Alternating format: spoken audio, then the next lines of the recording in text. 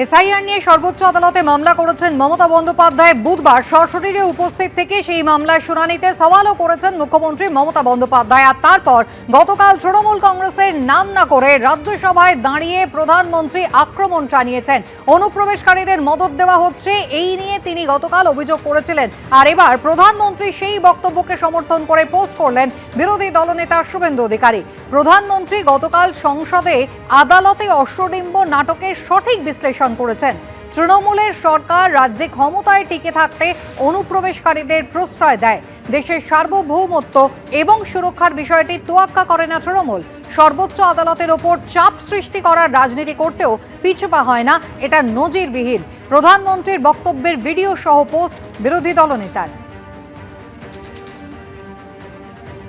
গতকালই রাজ্যসভায় দাঁড়িয়ে সরব হয়েছিলেন প্রধানমন্ত্রী, যেখানে তিনি অভিযোগ করেছিলেন যে পৃথিবীর সমস্ত দেশ যখন অনুপ্রবেশকারীদের বের করে দিচ্ছে, তখন এই দেশে অনুপ্রবেশকারীদের আশ্রয় দেওয়া হচ্ছে। এমনকি তার হয়ে সওয়াল করছেন মমতা বন্দ্যোপাধ্যায়, এ কথাও তিনি বলেছেন নাম উল্লেখ না করে।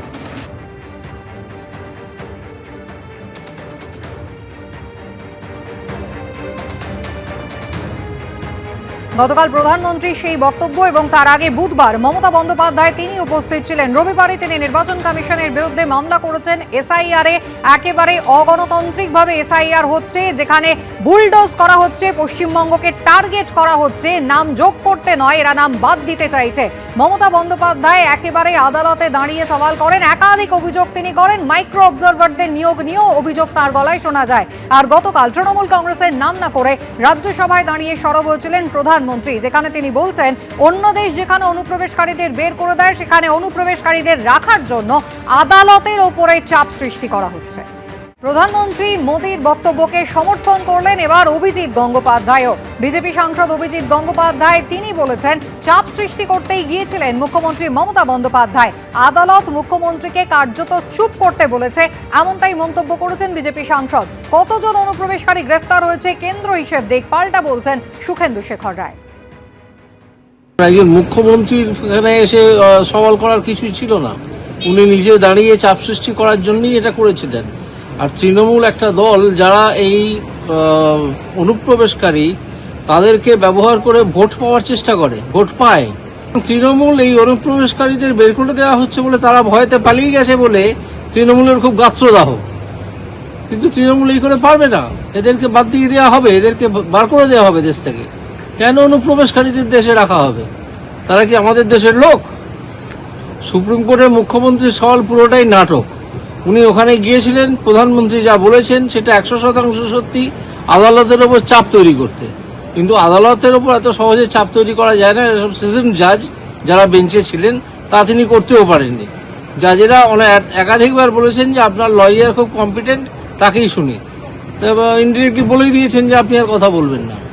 আমার প্রথম প্রশ্ন হচ্ছে যে ভারতবর্ষে কত অনুপ্রবেশকারী ঢুকেছে, তাদের মধ্যে কতজনকে গ্রেপ্তার করা হয়েছে এবং কতজনকে তাদের দেশে ফেরত পাঠানো হয়েছে, তার হিসেব আমি চেয়েছিলাম, রাজ্যসভাতে প্রশ্ন করেছিলাম, সেই প্রশ্ন ওরা অ্যালাউ করেনি।